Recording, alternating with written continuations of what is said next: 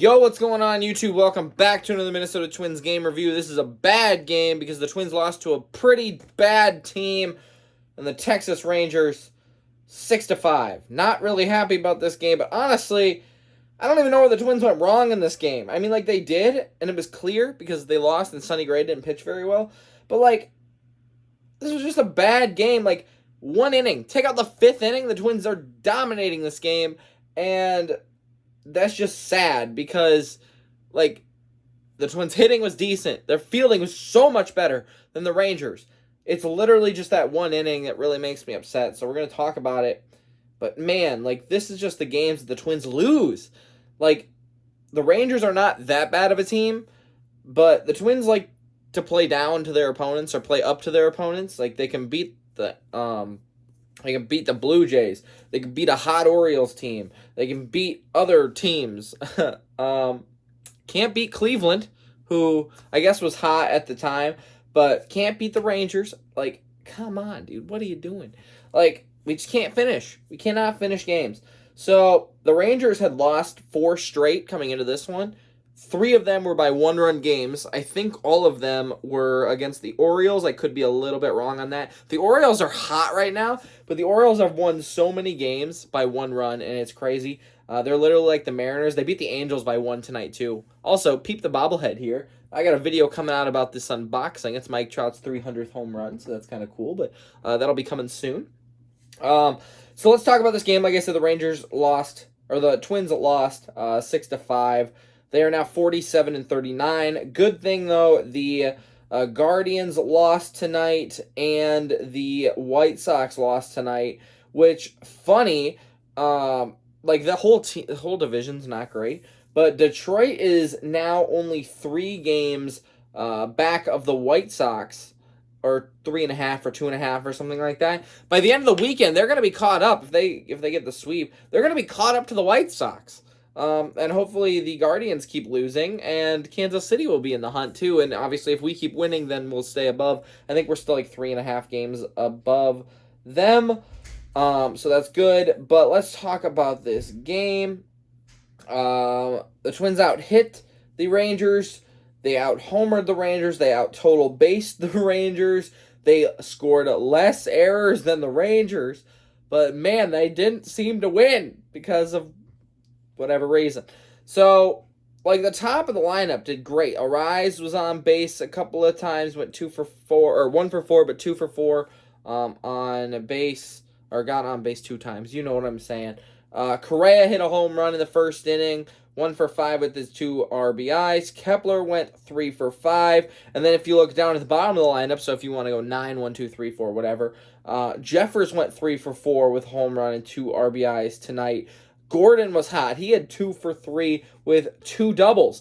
Those are big hits. And then you leave 9 guys on base, only going 2 for 13. That's why you lose. You get a lot of hits, but you don't get a lot of runs. Missed opportunities. And the Twins' magic number this year is 4. They scored 5, and they were up 3. So maybe this is why. They were up 3-0. And then in the 5th inning, they gave up 6 runs. Corey Seager tonight was 2 for 3 with 3 RBIs. He hit a home run, that's why. And Garcia was 3 for 4. There's your middle part of the lineup that scored them most of their runs. And if you want to look at that 5th inning for the Rangers, it starts out with a single, then another single, then a full count walk, a 4-pitch hit by pitch. That was to Mitch Garver. Then you got a sac fly and a single, which tied the game. That tied the game at 3. But 2 guys on. Corey Seager hits his 17th home run of the season. And all of a sudden, the Rangers are down by 3. Now they're up by 3. So, just crazy. That's why baseball's so amazing, by the way. But just crazy how that works. And like I said, you have Arise getting on base a couple of times, doing his job in the leadoff spot. You've got Correa hitting a home run behind him. That's exactly what you need to do. You've got Kepler in the 4-hole hitting. Gordon hitting, and the closer to the bottom of the lineup, he's hitting doubles, getting on base. Jeffers was doing some damage. They just couldn't get them at the right times. They couldn't get the opportunities that they needed. And then if you look at pitching, this is where it really gets bad for, honestly, both teams. but Sony Gray couldn't get through 5 innings, and he only pitched 4 2/3. Then he gave up 5 runs on 4 hits, gave up 2 walks as well. No strikeouts for him, which is a little odd and concerning. Thielbar also gave up the home run, I believe. It was to Seager, lefty. And right before that, LaTroy Hawkins was talking about how he would only had given up a single to him. And I'm like, okay. Yeah, so Thielbar gave up the home run, and he did get the strikeout to end the inning. Cotton threw 2 innings, got 4 strikeouts, gave up 2 hits, no runs. And Pagan had a really solid inning tonight, 1 inning, 2 strikeouts. On the other side of things, it was Gray versus Gray. The other Gray wasn't much better. As like I said, the Twins got to him early. 5 1/3 innings pitched, but they knocked him out. 5 runs, 3 of them earned because of the errors that they kept on making. The 2 home runs, but they struck out 8. Gray struck out 8 guys. It was home run or bust for the Twins, seriously, or double or bust, extra base hit or bust.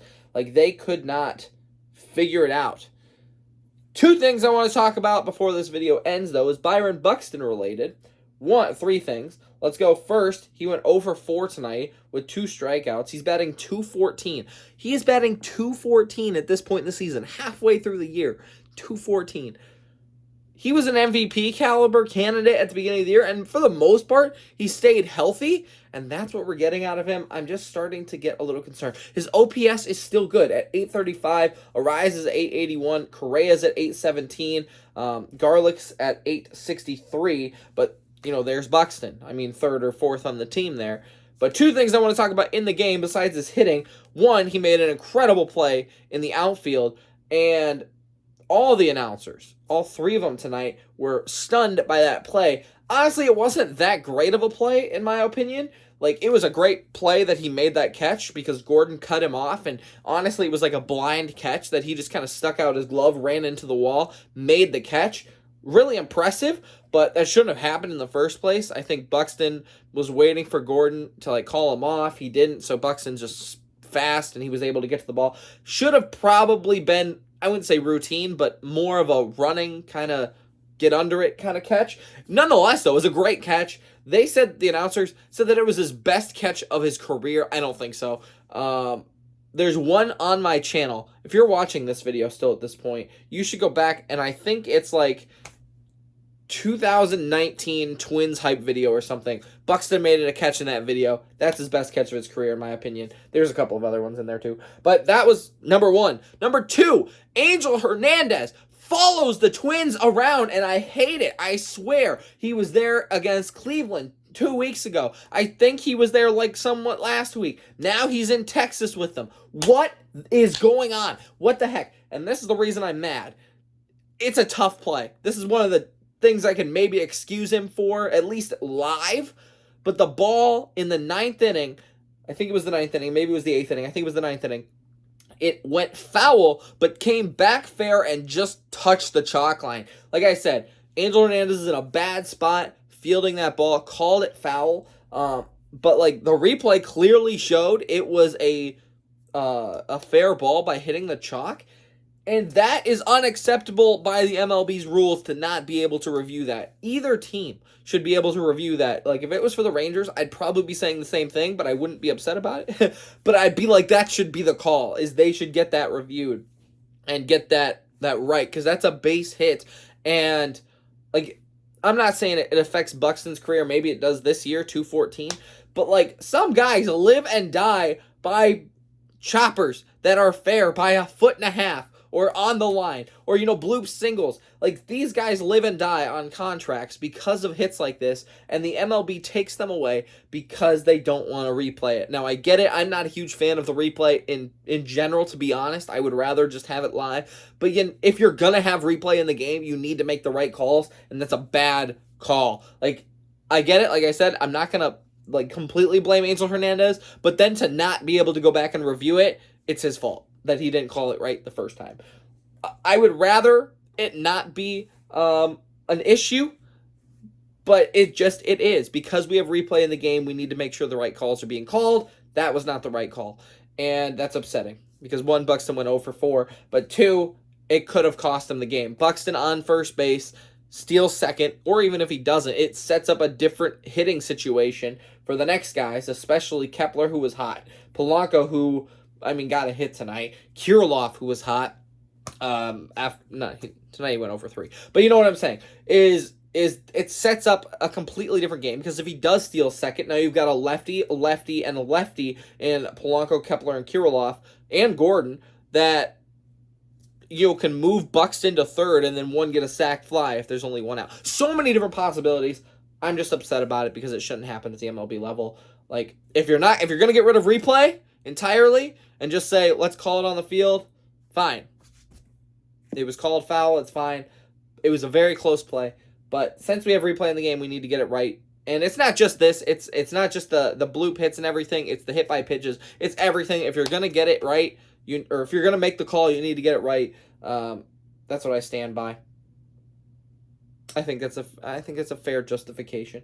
So, ladies and gentlemen, I hope you guys enjoyed the video. I hope you enjoyed the game. It was a great game, though, even though we lost. It's just that one inning, that really frustrating inning, but it's baseball. I'm sure the Twins will come back and honestly win the next 2 games, and they'll take the series, just like they have been. But they just can't get the sweep. Can't figure it out. But that's okay. We'll get them tomorrow. We'll see you then.